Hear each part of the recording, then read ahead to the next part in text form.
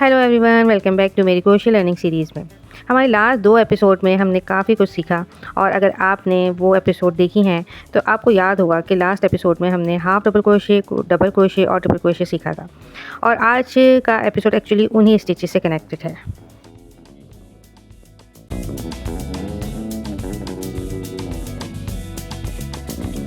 क्योंकि जो चीज़ हम आज बनाने वाले हैं उसमें हम वही स्टिचेस यूज़ करेंगे जो हमने लास्ट एपिसोड पे सीखे थे। और आज हम बनाएंगे एक बहुत प्यारी सी क्यूट सी क्रोशे बो। मुझे लगा कि सिर्फ स्टिचेस सीखने के बजाय अब हम स्टिचेस को किसी एक्चुअल प्रोजेक्ट में यूज़ करके भी आपको दिखाएं। इस तरह हमें ये भी समझ आएगा कि जो स्टिचेस हम सीख रहे हैं उनसे हम प्रैक्टिकली क्या क्या बना सकते हैं। तो अगर आपने लास्ट एपिसोड में मेरे साथ half double crochet, double crochet, triple crochet की प्रैक्टिस की थी तो आज उन्हीं स्टिचेस को यूज़ करके मेरे साथ ये क्यूट सी बो बनाइए। और अगर आपने वो एपिसोड मिस किया है तो कोई बात नहीं, मैं आपको आज के प्रोडक्ट में स्टेप बाय स्टेप जो सिखाऊंगी वो आपको इजीली समझ में आ जाएगा। तो मैं अब चेन बनाना स्टार्ट कर रही हूँ और आप देख सकते हैं मैं किस तरह स्टार्ट कर रही हूँ। सबसे पहले मैंने स्लिप नॉट बनाई है। स्लिप नॉट बनाने के बाद यहाँ पर मैंने चेन बनाना स्टार्ट कर दिया है। अच्छा, यहाँ मैं 21 चेन बना रही हूँ। जो साइज़ मुझे रिक्वायर्ड था उसके हिसाब से मैंने चेन 21 जो है यहाँ पर मैं बनाऊँगी। आप अकॉर्डिंग टू योर साइज़, आप जितनी भी वो उसको बड़ा बनानी चाहती हैं तो वो आप अपनी चेन को उतना ही जो है वो बढ़ा सकती हैं। तो यहाँ मैंने जो चेन बनाई है वो 21 बनाई है और बस हम यहाँ पर चेन अपनी कंप्लीट करेंगे। देखते रहें आप गौर से। अच्छा, यहाँ एक और इम्पॉर्टेंट चीज़ ये है कि स्टिचेस को बहुत टाइट नहीं रखेंगे। अगर आप यार्न को बहुत ज़्यादा टाइट रखेंगे या टाइट करेंगे तो क्रोशे करना मुश्किल हो जाएगा और वो भी प्रॉपर्ली शेप नहीं लेगा। इसलिए अपना टेंशन रिलैक्स रखें। मैं अब इसी तरह चेन कंप्लीट कर रही हूँ और आप स्क्रीन पर जूम करके अच्छी तरह देख सकते हैं कि मैं किस तरह चेन बना रही हूँ।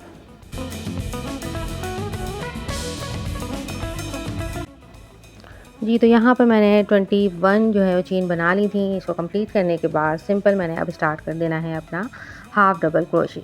हाफ़ डबल क्रोशे के लिए हम इसी तरह यार्न ओवर करेंगे। यार्न ओवर करके हमारे पास सेकंड चेन नज़र आ रही है उसमें हम इंसर्ट करेंगे, फिर यार्न ओवर करके उसको निकाल लेंगे। जब निकाल लेंगे और फिर हमारे पास यहाँ पर 3 लूप्स आ जाएंगे। 3 लूप्स में से फिर हम यार्न को ओवर करेंगे और वो फिर तीनों लूप्स में से निकाल लेंगे। अच्छा, यहाँ पर अगर आपको लगे कि थोड़ा सा टाइट हो रहा है तो आप इसको खींच के थोड़ा सा इसको लूज़ कर सकते हैं यहाँ पर इस पॉइंट पे।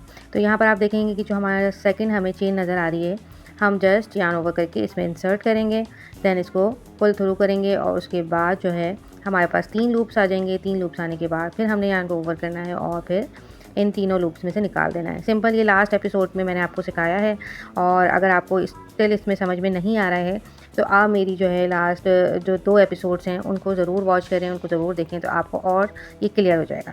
बस यहाँ पर जो है मैं हाफ़ डबल क्रोशे करूँगी और इस तरह करते करते जो है ये चेन कंप्लीट कर लूँगी। अच्छा, यहाँ पर मैं एक और बात आपको बताऊँगी कि सिंपल हम चेन में जो है वो हाफ़ डबल क्रोशे कर रहे होते हैं तो इस वक्त हमें थोड़ी सी जो है वो मुश्किल होती है, लेकिन मुश्किल नहीं होती है, थोड़ा सा ट्रिकी होता है। तो जब हम ये चेन कंप्लीट कर लेते हैं और सेकंड जब हम स्टेप लेते हैं और फिर हाफ़ डबल क्रोशे करते हैं तो वो फिर ईज़िली हमें बन जाता है।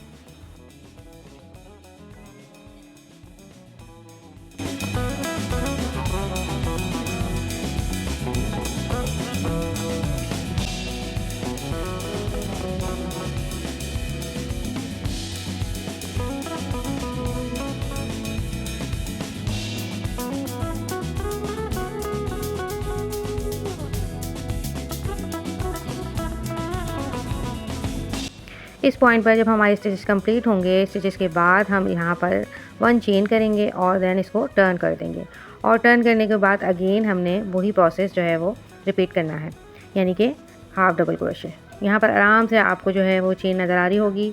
बस आपने इसी तरह इसको भी कंप्लीट कर लेना है। इस तरह हमारे पास जो है यहाँ पर 3 जो है वो रो कंप्लीट हो जाएंगी।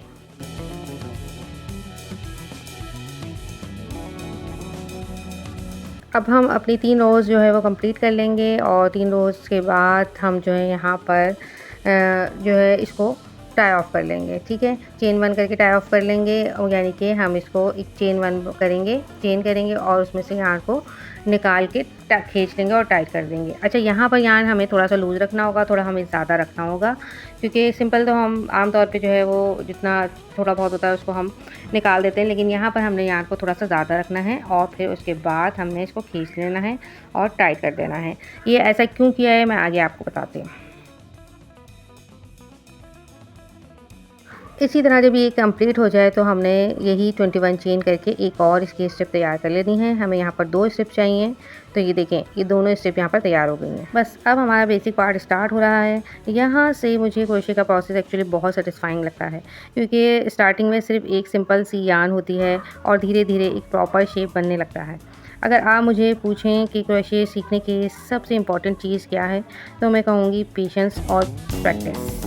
अब जो हमने यार्न छोड़ा हुआ था, जो मैंने आपको बताया था कि हमने ज़्यादा रखना है, वो क्यों रखना है, अब हमने उस यार्न को जो है वो यहाँ पर एक सुई में डाल लेना है और सुई में डाल के हमने यहाँ पर जो है वो उसको स्टिच करना है। देखते जाएं आप केयरफुली कि मैं क्या कर रही हूँ। बस यहाँ पर मैंने ये इसके अंदर जो है वो सुई में ये यार्न जो है वो डाल लिया था। उसके बाद मैं यहाँ पर इसको फोल्ड करके जो है यहाँ पर स्टिच कर लूँगी।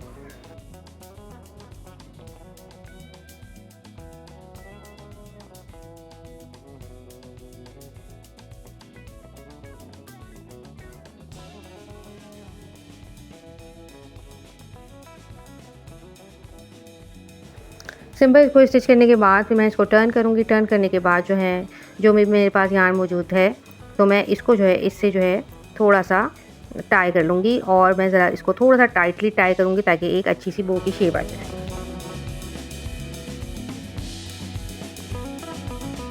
देन इसके बाद मैंने दूसरे स्टेप को लेना है, उसको हल्का सा जो है सेंटर से, पहले तो इसका सेंटर बना लेंगे और इसके सेंटर से जो है वो हल्का सा हम थोड़ा सा जो है इसको टर्न करेंगे और एक शेप दे लेंगे। और शेप देने के बाद इसके बो के साथ इसको अटैच करके और ये जो एक्स्ट्रा हमारे पास यार्न मौजूद था इसे अच्छी तरह इसको टाई कर लेंगे।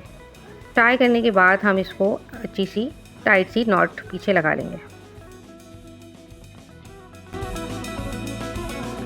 ये स्टेप मुझे पर्सनली बहुत ही क्यूट लगता है, बिकॉज इतना सिंपल सा टेक्निक यूज़ करते हुए कितना प्रिटी रिजल्ट आ रहा है। Look how cute this turn out. आप इसको हेयर क्लिप के साथ भी अटैच कर सकते हैं और की चेन तो मैं बता रही हूँ आपको कि की चेन में लगा सकते हैं, और इवन गिफ्ट जब आप रैप कर रहे होते हैं तो उसके ऊपर भी आप ये यूज़ कर सकते हैं। वैसे मुझे क्रोशे सीखने के बाद एक चीज़ तो रियलाइज़ हुई है, ये सिर्फ एक क्राफ्ट नहीं है। कभी कभी आप बस अपने लिए थोड़ा सा क्वाइट टाइम निकालते हैं, यार्न और हुक लेकर बैठते हैं और बस क्रोशे करते रहते हैं। और ऑनेस्टली बताऊं तो मुझे ये प्रोसेस बहुत ही रिलैक्सिंग लगता है। हर एपिसोड में कुछ नया सीखना और फिर my favourite part of the whole करके देखना।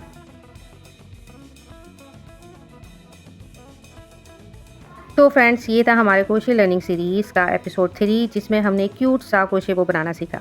अगर आप मेरे साथ क्रोशे सीख रहे हैं तो कमेंट करके मुझे ज़रूर बताएं कि आप नेक्स्ट एपिसोड में क्या बनाना चाहते हैं और क्या सीखना चाहते हैं। और वो बनाते वक्त कोई भी आपके जहन में सवाल आया है और आपके समझ में नहीं आया तो आप मुझे कमेंट करके ज़रूर पूछें, मैं ज़रूर आपको रिप्लाई करूँगी।